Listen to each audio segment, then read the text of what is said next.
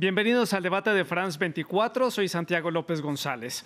Nuestro tema del programa de hoy nos lleva hasta Brasil. Allí un juez de la Corte Suprema anuló las condenas del expresidente Luis Inácio Lula da Silva por considerar incompetente al tribunal que las dictó. No analizó si era inocente o culpable, solo concluyó que hubo un error en el procedimiento y que el juez Sergio Moro no era competente para juzgarlo. La decisión provocó, por supuesto, un sacudón político en Brasil, en donde podría abrirse una puerta para una nueva aspiración presidencial de Lula da Silva en las elecciones del 2022.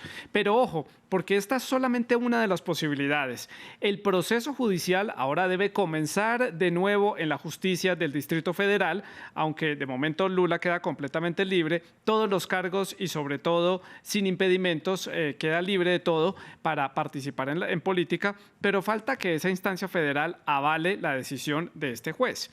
El expresidente, que ya ha gobernado Brasil en 2 periodos consecutivos, desde el 2003 hasta el 2010, suma 2 condenas emitidas por el Tribunal de la Ciudad de Curitiba por casos vinculados a la operación anticorrupción Lava Jato, que evidenció todo un esquema de sobornos pagados por grandes constructores a los políticos para obtener contratos en la petrolera estatal Petrobras. En sus primeras declaraciones, el expresidente no ha sido muy claro si aspira o no a la presidencia, pero en lo que sí se mostró muy seguro fue en señalar y en criticar al presidente Jair Bolsonaro. Aseguró que el país está sin gobierno y criticó el manejo que le han dado a la pandemia del COVID-19. Veamos.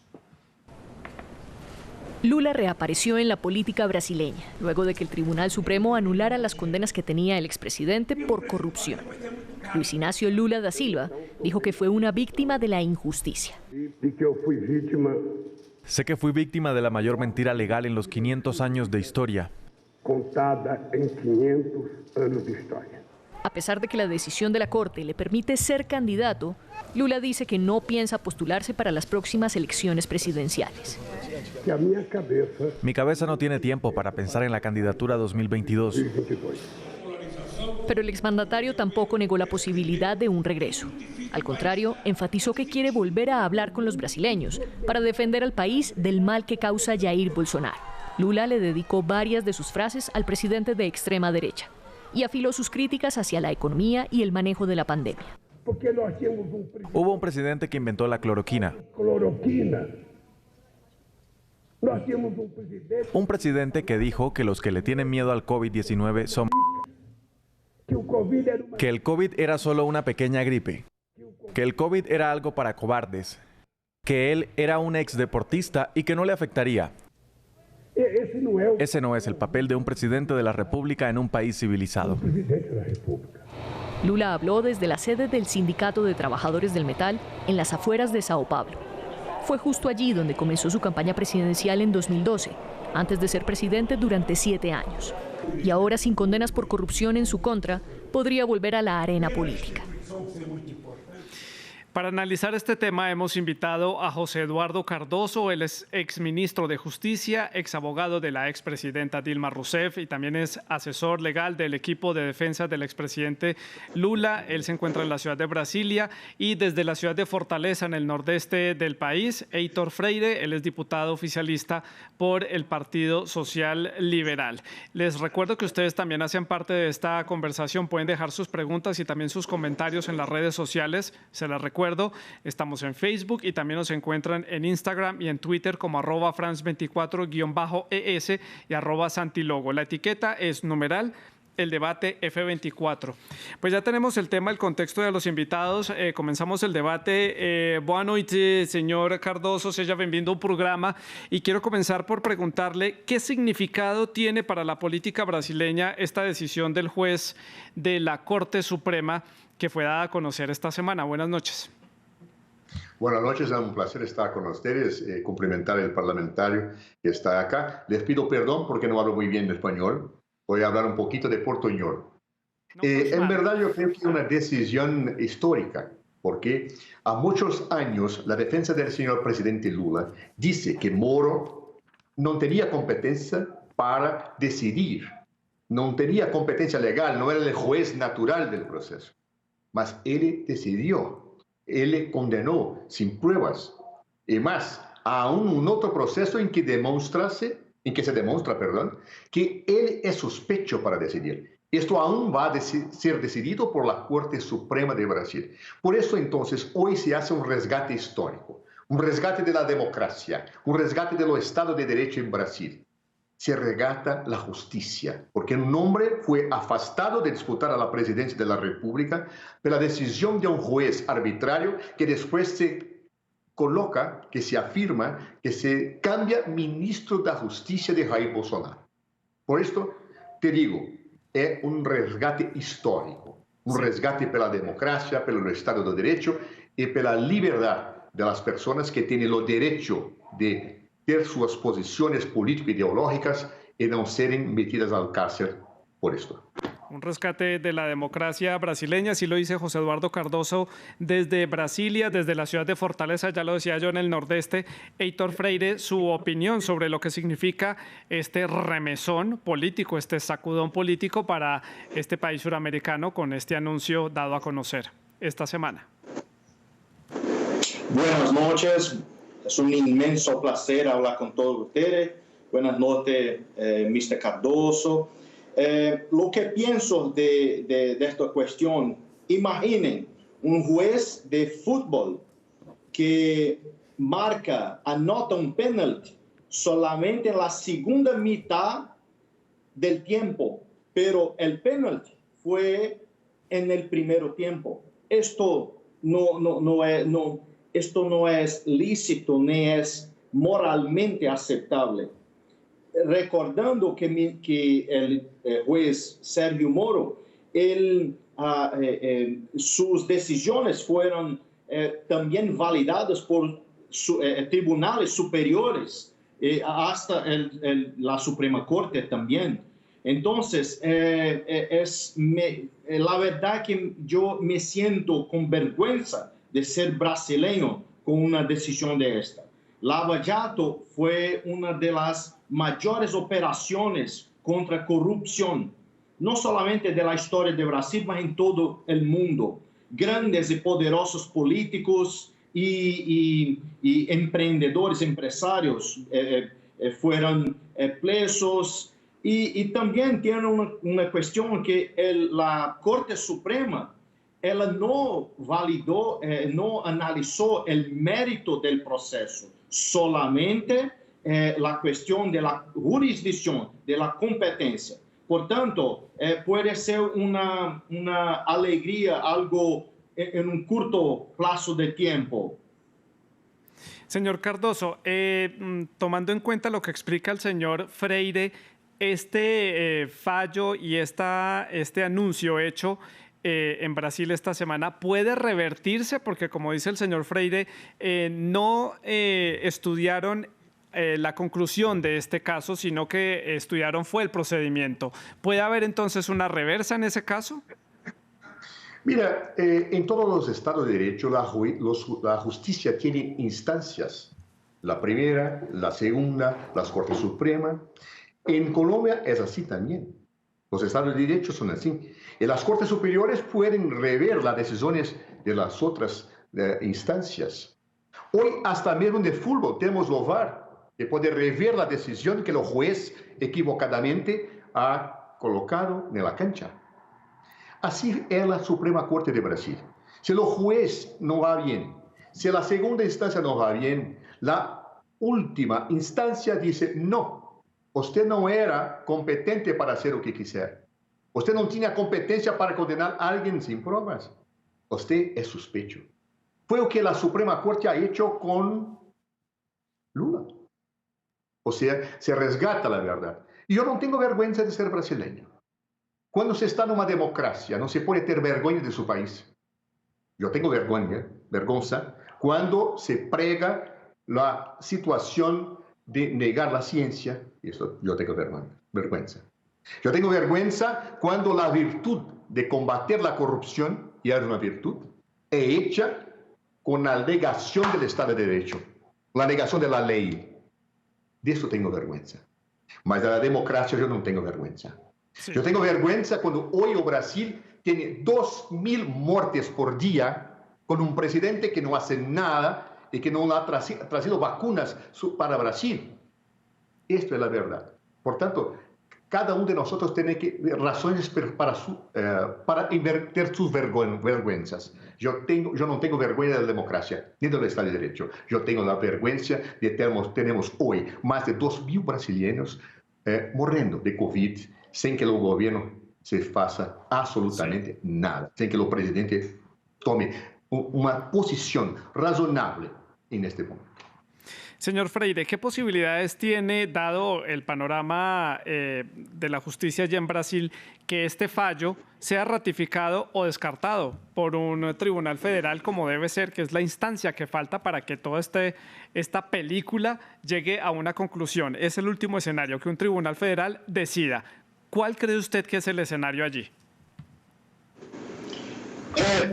No me asusta cuando el ministro Fachin dale una decisión como esta. Cuando checamos un poco de dónde el ministro Fachin viene, él fue indicado por los partidos de los trabajadores, que es el partido del presidente Lula, y también mucho ligado a los movimientos de extrema izquierda, como el Movimiento Sin Tierra, que es un movimiento bien de extrema izquierda. Ahora tenemos el plenario para avaliar esta situación de la jurisdicción, pero después de esto, mismo que el pleno, los ministros validen la decisión del ministro Fachin, el tribunal, la jurisdicción de Brasilia puede también validar y comprobar que Lula esté envolvido en muchos casos de corrupción. Lo que dejo claro es que el ministro Fachin no validó el mérito del proceso, solamente la cuestión de la competencia de la jurisdicción. Lula no está ahí tan libre como piensa que están. Claro, él va a hacer su discurso y él tiene sus electores, tiene su pueblo para escuchar lo que él quiere escuchar. Pero yo pienso que la justicia en Brasil vaya a vencer más una vez, sí. Vaya a ser probado que Lula siempre estuvo envolvido en muchos casos de corrupciones. Señor Cardoso, su opinión sobre la posibilidad de este fallo del Tribunal Federal, ¿cuál puede ser el resultado? Mira, yo creo que se fará justicia, inclusive cuando se dice no solamente que Moro es incompetente, mas se dirá que es sospecho. Hoy nosotros sabemos que existen mensajes que fueron escritas entre los fiscales y Moro, que muestran claramente la persecución política a Lula, que muestran claramente que la ley no era necesario ser cumplida, que se crearon situaciones artificiales para que la media pudiese decir que Lula era corrupto. Hoy no sabemos. Los ministros de la Suprema Corte dijeron esto. Dijeron y van a decidir ahora, la próxima semana, si Moro es sospecho o no. Y mira qué curioso. Lo único ministro nombrado por Jair Bolsonaro fue un ministro que quiso estudiar. O sea, que quiero mirar cómo decidirá el juez nombrado por Bolsonaro. Si él dice que Moro es sospecho, esta tesis de que Fachin tiene una origen de izquierda cae por tierra. Mira, por tanto, que juez Bon no es aquel juez que dice lo que quiero. Juez Bon es el que hace justicia. Moro no ha hecho justicia. Moro colocó Lula en la prisión para que Lula no pudiese disputar las elecciones presidenciales. Y después recibió un premio. Bolsonaro gana. Y él es el ministro de la justicia de Bolsonaro. Es claro, solamente que no quiere ver esto, que Moro halló una persecución política para un proyecto político político que benefició a Bolsonaro, que era el presidente que hoy tiene sobre su responsabilidad directa la muerte de más de 2.000 brasileños por día por fuerza de la COVID. Yo creo que el Supremo Tribunal Federal no va a cambiar la decisión del ministro Fachin. Yo creo que el Supremo Tribunal Federal irá en la semana próxima decir que Moro es sospecho. Y lo voto probablemente decisivo para esto es de un ministro nombrado por Jair Bolsonaro. Sospecho, hago la traducción, es sospechoso por estar implicado en una posible trama, para que quede claro lo que está diciendo el doctor Cardoso. Sigo con usted, señor Cardoso, para hacer la ronda de forma inversa. ¿Cuál es el significado entonces que tiene esta decisión en el momento político que está viviendo Brasil en este momento? Porque hace unos años veíamos un partido, un PT, muy desprestigiado por todos estos casos de corrupción, seriamente enlodada la imagen del expresidente por estos escenarios que se presentaron. Pero hoy el panorama es completamente diferente. ¿Cómo es el Brasil político de hoy? Yo creo que hay un cambio del escenario, un cambio político importante, porque es un absurdo imaginar que la corrupción en Brasil empezó con PT. La corrupción en Brasil es histórica. Y todas las fuerzas políticas, infelizmente, lamentablemente, están siempre con algunas de sus personas vinculadas a situaciones de corrupción. Hoy, por ejemplo, el gobierno Bolsonaro tiene problemas. Lo hijo del presidente compró una casa de millones de dólares sin una explicación. A otras investigaciones, el presidente quiso hacer con que la Policía Federal, nombrando un nombre, no hiciese las investigaciones contra sus hijos. Infelizmente en Brasil, esta es una realidad. Mas las fuerzas políticas conservadoras que tienen a expresión en la acción de Sergio Moro, quedaronse fuertemente en la idea de criar la situación que el PT era el responsable único de la corrupción. No es verdad. Hay errores en algunos compañeros del PT, tienen que pagar. Mas hay errores también en miembros de la derecha y tienen que pagar. Mas los jueces conducieron la situación para pegar lo principal líder de la historia brasileña, que es Lula, para que no pudiese disputar la elección para presidente, para que un otro candidato pudiese ganar. Esta es la realidad y ahora las cosas se cambian. Lula tiene hoy sus derechos políticos liberados.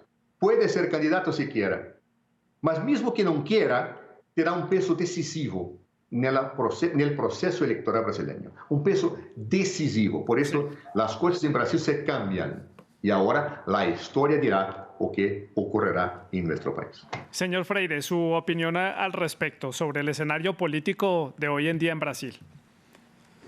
Las elecciones municipales ahora de 2020 mostraron que lo PT, partido del expresidente Lula, fue mucho frustrado y perdió en la mayoría de la ciudad en Brasil. El pueblo brasileño está cansado de corrupción y de tantas mentiras. No logra más tantas populismo sin naciones. Yo no tengo criminal de mascota. Si hay miembros del partido, de la familia o en la derecha próximo del presidente Bolsonaro, que ellos también sean juzgados y van para la prisión. No podemos tolerar la corrupción. Dejo claro que lo mérito de que Lula ha hecho no fue juzgado. Por tanto, esta impresión no va a cambiar simplemente porque un juez ha dicho que la jurisdicción del proceso está equivocado.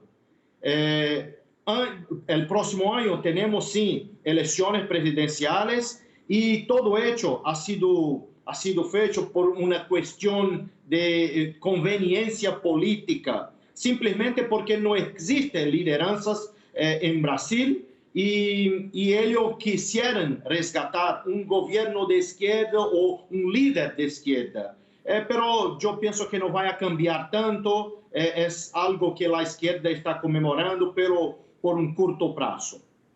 Señor Freire, usted lo menciona, en las elecciones regionales en Brasil el PT no ganó las grandes capitales de los estados federados, no ganó, digamos, posiciones importantes a nivel estatal y a nivel dentro de Brasil. Pero hay algo que hay que decir claramente y es que la figura de Lula da Silva sigue siendo una figura predominante en la escena política brasileña, importante, y que sigue arrastrando a las masas, sigue siendo un fenómeno político.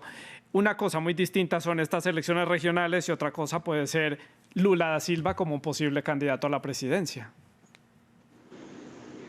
Sí, claro, continúa sin un líder populista para la izquierda.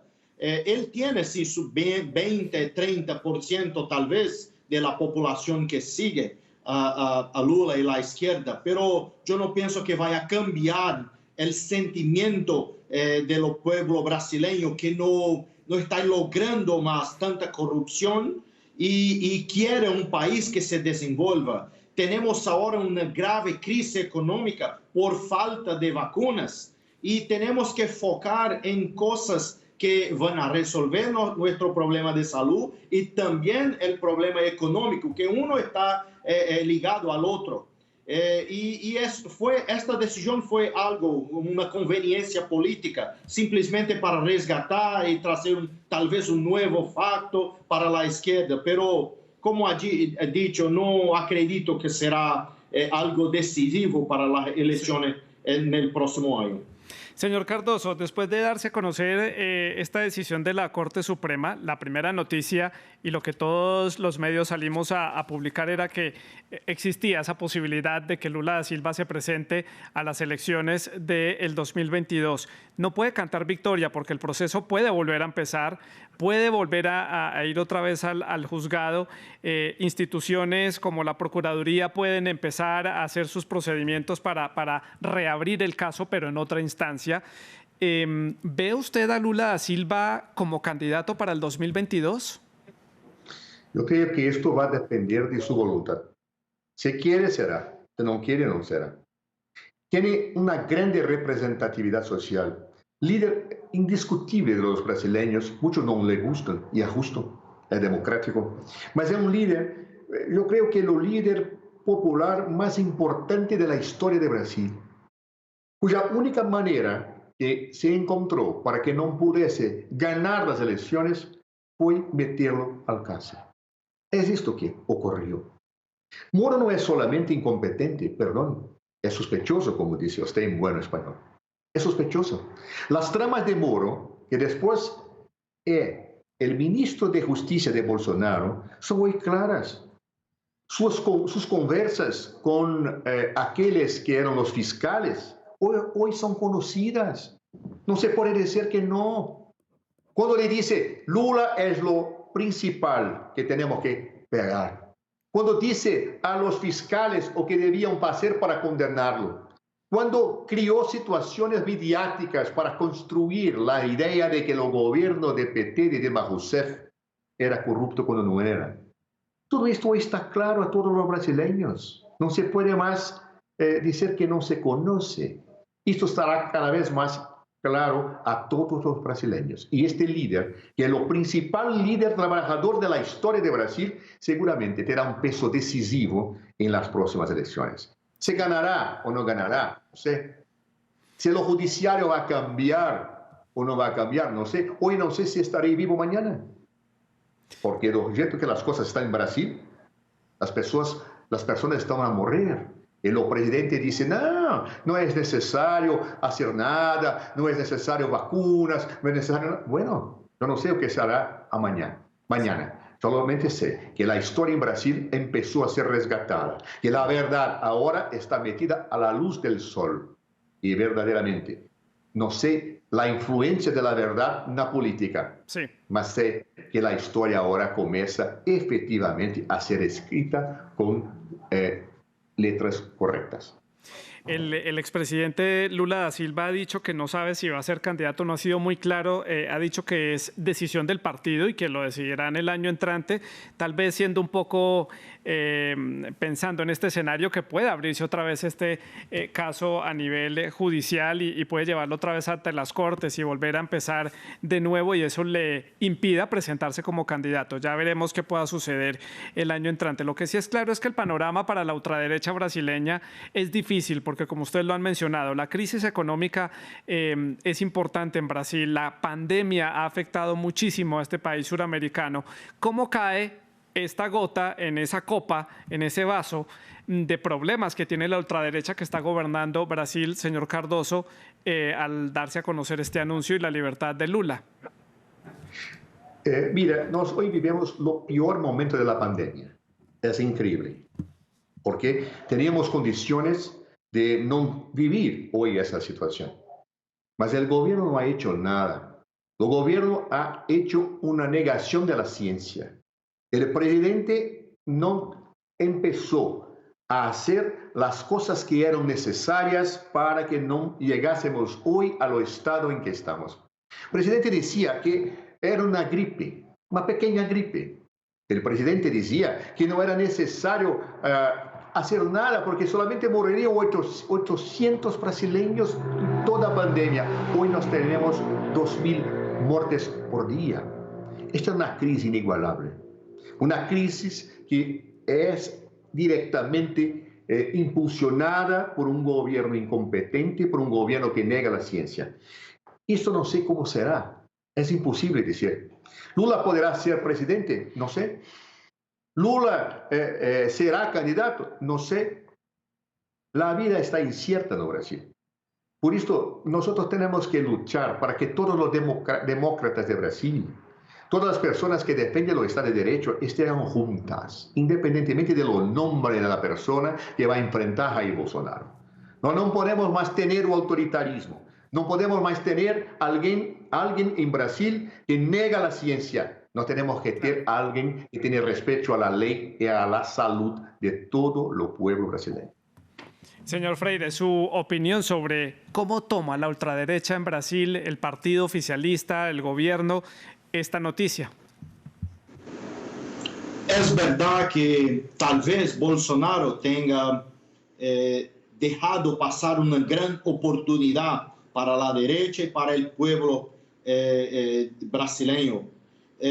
No estoy aquí defendiendo el presidente Bolsonaro, diciendo que su gestión en la pandemia ha sido de las mejores porque no tiene sido. Y tenemos el problema también con sus hijos. Entonces, muchos de nosotros que somos de derechos conservadores también estamos desapontados con el presidente. Y no tenemos problema en hablar esto. El presidente tiene sí equivocado en la forma que ha conducido la pandemia, tiene oído muchas críticas de nosotros también y queremos que esto se cambie, pero esto no significa que vamos a aceptar la corrupción de vuelta. Ok, Mr. Cardoso ha dicho que la corrupción es un problema histórico de Brasil, pero el problema del PT es porque el partido del presidente Lula, PT, ha institucionalizado esta corrupción y están ahí las muchas pruebas. Escuchamos de muchos en sus acuerdos de culpabilidad. Entonces, sí, será un gran problema para Bolsonaro año que viene en las elecciones y tal vez el pueblo quiere alguien más moderado, equilibrado, que tal vez no sea de los extremos, sea alguien del centro, no sabemos, pero queremos sí alguien que trate de una forma seria salud y la economía. Señor Freire, señor Cardoso, vamos llegando al final del programa. Quiero tomar este tema un poco más allá de las fronteras de Brasil. Esta noticia y esta liberación de Lula y la eliminación de estos cargos por el momento hasta que llegue a esta instancia federal y tome alguna decisión. ¿Cuál es el mensaje que envía la libertad de Lula a la izquierda latinoamericana? Porque en otros países también el presidente o expresidente de izquierda fue o está siendo en este momento juzgado por algún tipo de acusación. Lo vemos en Ecuador con Correa, lo vemos en Bolivia con Evo Morales, vemos los casos que hay contra Cristina Fernández de Kirchner en Argentina y bueno, los casos pueden seguir numerándose. ¿Cuál es el mensaje entonces para la izquierda latinoamericana? Señor Freire, comienzo por usted. Señor Freire, perdón. La mensaje es la peor posible porque están pasando una imagen que Lula ha sido absolvido de sus crímenes y no, el mérito no fue analizado, no fue juzgado, fue simplemente una cuestión de jurisdicción. Y los ejemplos de izquierda en el mundo son los peores posibles. Mira lo que escuchamos de cómo ha ido la economía de Argentina, de Venezuela, Corea del Norte, Cuba. Entonces, no es la mejor posible. Sí. Lula ha hecho muchas cosas equivocadas y no estamos aquí defendiendo criminal como una mascota. Tenemos que juzgar esto de una forma seria y esperar el mejor de nuestro continente, de la América Latina y aquí en Brasil, claro. Señor Cardoso, para el cierre, ¿cuál es entonces el mensaje que le envían a la izquierda latinoamericana con este tipo de acciones? Adelante. El mensaje es que la democracia no perdona los que la violentan. Siempre que la democracia es violentada, la historia persigue los que la violentan. Sergio Moro violentó la democracia y el Estado de Derecho. Hoy está en desgracia. Bolsonaro violentó la democracia. Hoy hasta la derecha conservadora es distancia de él. Y Lula ahora representa los vientos de la historia que vuelven a soplar en toda América Latina. Los vientos de la democracia, los vientos que quieren combatir la exclusión social, la intolerancia y la opresión. Sí. Es esto que simboliza Lula. Bueno, pues ahí tienen ustedes las opiniones de José Eduardo Cardoso desde la ciudad de Brasilia y Heitor Freire desde la ciudad de Fortaleza en el nordeste de Brasil. A los dos, muchas gracias por habernos acompañado aquí en el debate de France 24 y pues este capítulo apenas se está comenzando a escribir. Falta otra decisión a nivel federal para poder saber qué es lo que va a suceder con el expresidente Luis Ignacio Lula da Silva y determinar si puede ser o no candidato para las elecciones del 2020. A ustedes muchas gracias por habernos acompañado y sigan dejando sus opiniones y comentarios a través de las redes sociales. Sigan con la programación de France 24.